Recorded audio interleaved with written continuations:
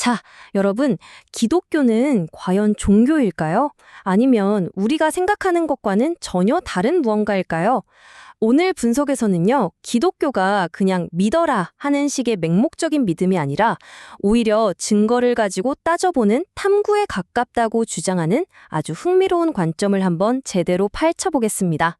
한번 생각해 보세요. 세상에는 정말 다양한 종교와 믿음의 체계들이 있잖아요?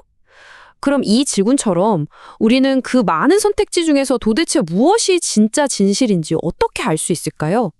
오늘 우리가 살펴볼 자료는요, 다 똑같다고 보지 않고 증거를 통해서 진짜와 가짜를 가려내야 한다고 아주 단호하게 주장합니다. 우리가 흔히 믿음이라고 하면 뭐랄까, 이성이나 증거는 일단 제쳐두고 그냥 무작정 믿는 걸 떠올리기 쉽잖아요? 그런데 오늘 분석할 자료는 바로 그 생각을 정면으로 반박합니다. 진짜 믿음은 눈을 감는 게 아니라고 말이죠. 그럼 맹목적인 믿음이 아니면 대체 뭘까요? 바로 이겁니다. 증거에 기반한 탐구. 이게 무슨 말이냐면요. 마치 과학자가 어떤 가설을 세우고 실험으로 검증하거나 판사가 증거를 하나하나 검토해서 판결을 내리는 것처럼 영적인 진리도 그렇게 증거를 가지고 따져봐야 한다는 거예요. 자, 이 주장을 제대로 이해하려면 먼저 우리가 쓰는 믿음이라는 단어에 대한 오해부터 풀어야 합니다.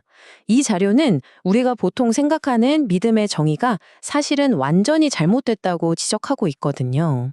믿음이란 증거가 없는 것을 믿는 것이다. 이 말 진짜 익숙하죠? 그런데 이 자료에 따르면 이게 바로 믿음에 대한 가장 큰 오해라는 겁니다. 왜냐하면 이 정의는 믿음을 이성이나 증거와는 완전히 반대되는 개념으로 만들어버리니까요. 그래서 이 자료는 아주 단호하게 말합니다. 이런 증거 없는 믿음이라는 개념은 기독교가 말하는 믿음의 본질과는 전혀 상관없는 말 그대로 터무니없는 소리라는 거죠. 바로 이 지점에서 자료는 두 가지 믿음을 아주 명확하게 구분합니다. 왼쪽에 보이는 맹목적 믿음은 아무런 근거도 없이 그냥 믿는 거죠. 자료는 이게 심지어 위험할 수도 있다고 경고하고요. 반면에 오른쪽에 있는 증거 기반 믿음, 이건 충분한 증거를 다 검토해 본 후에 내리는 합리적인 신뢰에 가깝습니다. 그리고 바로 이것이 기독교 믿음의 진짜 기초라고 주장하는 겁니다. 이 개념을 은행 대출에 비유하면 이해가 확 쉬워져요. 여러분이 은행에 가서 돈을 빌린다고 생각해 보세요. 은행이 여러분이 누군지도 모르는데 덥석 몇 억을 빌려주진 않잖아요. 그쵸? 여러분의 직업, 소득, 신용 기록 같은 확실한 증거를 보고 아, 이 사람은 믿을만 하구나. 판단이 설 때 돈을 빌려주는 거죠. 이 자료는 기독교의 믿음도 똑같다고 말합니다. 무조건적인 믿음이 아니라 증거에 기반한 신뢰라는 거죠. 좋습니다. 그렇다면 기독교가 제시하는 그 가장 핵심적인 증거는 과연 무엇일까요? 이 자료는 그 증거가 바로 역사상 가장 뜨거운 논쟁거리 중 하나인 예수의 부활 사건에 있다고 말합니다. 여기서 자료는 아주 논리적인 접근을 해요. 유대교, 기독교, 이슬람교, 이 세 종교는 사실 뿌리가 같잖아요. 그런데 예수의 죽음이라는 아주 결정적인 한 사건에 대해서 서로 완전히 다른 주장을 하고 있습니다. 상식적으로 생각해도 이 세 가지 주장이 동시에 전부 사실일 수는 없겠죠. 자, 이 표를 보시면 명확하게 보이죠. 유대교는 예수가 죽었지만 부활하진 않았다고 하고, 기독교는 죽었다가 다시 살아났다고 하고, 이슬람교는 아예 죽지 않았다고 말합니다. 이렇게 주장이 명확하게 갈리기 때문에 이 자료는 우리에게 도전하는 거예요. 어떤 주장이 역사적인 증거에 가장 잘 들어맞는지 직접 한번 조사하고 따져보라는 거죠. 이렇게 증거를 기반으로 접근하다 보면 이제 종교라는 개념 자체에 대한 아주 근본적인 질문으로 이어지게 됩니다. 이 자료는 기독교가 우리가 흔히 생각하는 종교의 틀에 들어맞지 않는다고 주장하는데 이게 도대체 무슨 뜻일까요? 자, 이 슬라이드는 자료가 설명하는 일반적인 종교의 길입니다.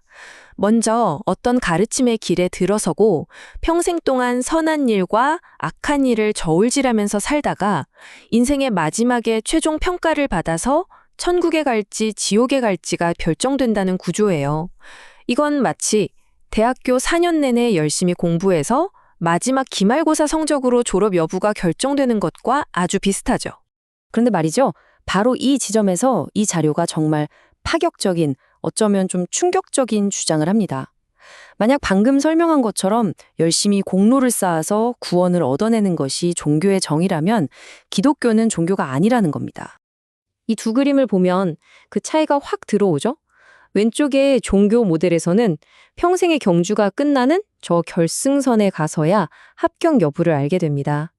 하지만 오른쪽의 기독교 모델은 경주를 시작하기도 전에 출발선에서 합격이라는 선물을 먼저 받고 시작하는 거예요. 다시 말해, 구원은 우리가 열심히 노력해서 얻는 대가가 아니라 모든 것의 시작점이라는 거죠. 그렇다면 여기서 다시 증거 문제로 돌아오게 됩니다.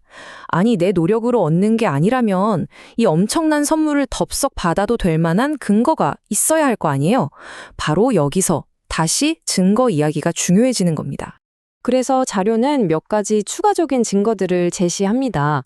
부활한 예수를 직접 봤다고 주장하는 수백 명의 목격자들이 있었다는 점. 그리고 생각해보세요. 자기가 꾸며낸 거짓말을 위해서 목숨을 버릴 사람은 없잖아요. 제자들은 기꺼이 순교를 택했다는 점. 그리고 아무 힘도 없던 작은 집단이 2000년 동안 전 세계로 퍼져나간 교회의 폭발적인 성장 같은 것들이 바로 그 증거들이라는 겁니다. 그런데 여기서 정말 중요한 포인트가 있어요.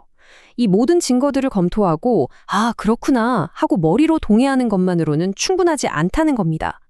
자료에 따르면 진정한 믿음은 이 증거에 대한 지적인 동의를 넘어서 그 사실을 나 개인의 것으로 받아들이고 신뢰하는 단계, 즉 머리에서 마음으로 나아가는 과정이 반드시 필요하다고 설명합니다. 바로 이 성경 구절이 그 핵심을 딱 요약해 주는데요.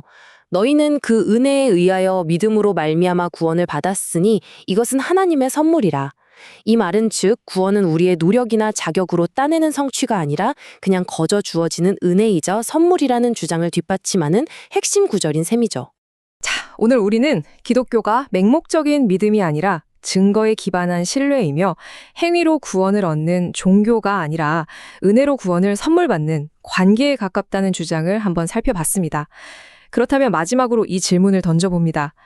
여러분에게 이성적인 증거와 그것을 받아들이는 개인적인 믿음의 관계는 과연 어떤 의미를 가지나요? 한 번쯤 깊이 생각해 볼 만한 질문인 것 같습니다.